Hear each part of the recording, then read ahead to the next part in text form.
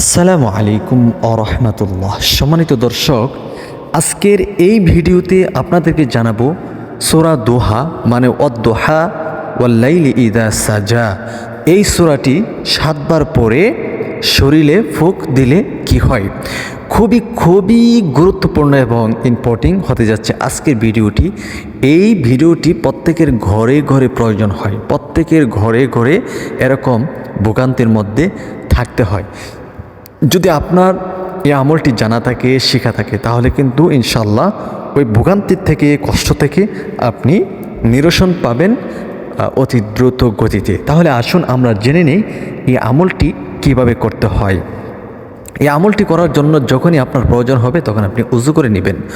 উযু করে পবিত্রতা অর্জন করে আপনি 3 বার ইস্তেগফার আদায় করবেন এইভাবে, আস্তাগফিরুল্লাহ রাব্বি মিন কুল্লি যামবিন ওয়া আতুবু ইলাইহি।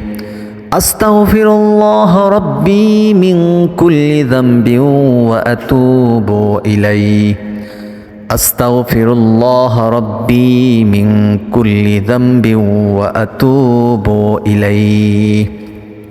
এরপর আপনি 7 বার দুরূদ শরীফ পাঠ করবেন, যেমন সাল্লাল্লাহু আলাইহি ওয়াসাল্লাম, সাল্লাল্লাহু আলাইহি ওয়াসাল্লাম, সাল্লাল্লাহু আলাইহি ওয়াসাল্লাম, সাল্লাল্লাহু আলাইহি ওয়াসাল্লাম, সাল্লাল্লাহু আলাইহি ওয়াসাল্লাম, সাল্লাল্লাহু আলাইহি ওয়াসাল্লাম, সাল্লাল্লাহু আলাইহি ওয়াসাল্লাম।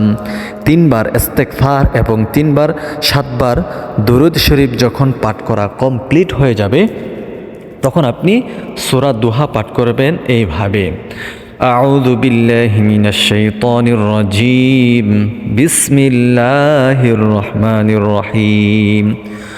ওয়াদ-দুহা ওয়াল-লাইলি ইযা সাজা, মা ওয়াদ্দাআকা রাব্বুকা ওয়া মা ক্বালা, ওয়ালাল আখিরাতু খায়রুল লাকা মিনাল উলা, ওয়ালাসাউফা ইউ'তিকা রাব্বুকা ফাতারদা, আলাম ইয়াজিদকা ইয়াতীমান ফাআওয়া, ওয়া ওয়াজাদাকা দাল্লান ফাহাদা, ওয়া ওয়াজাদাকা আইলান ফাআগনা, ফাআম্মাল ইয়াতীমা ফালা তাকহার, ওয়া আম্মাস সাইলা ফালা তানহার, ওয়া আম্মা বিনি'মাতি রাব্বিকা ফাহাদ্দিস। এইভাবে সূরা দোহা পাঠ করে যার জন্য আমলটি করবেন তার শরীরে একটি ফু অথবা দম করে নেবেন এইভাবে। তারপরে আবারও সূরা দোহা পাঠ করবেন, এইভাবে পাঠ করে এইভাবে আরও একটি ফু দিয়ে দিবেন। সম্মানিত দর্শক, এমন যেন না হয় 7 বার পাঠ করে 7টি ফু একসাথে, এরকম যেন না হয়। প্রতি একবার পাঠ করে একবার ফু তার শরীরে দিয়ে দিবেন।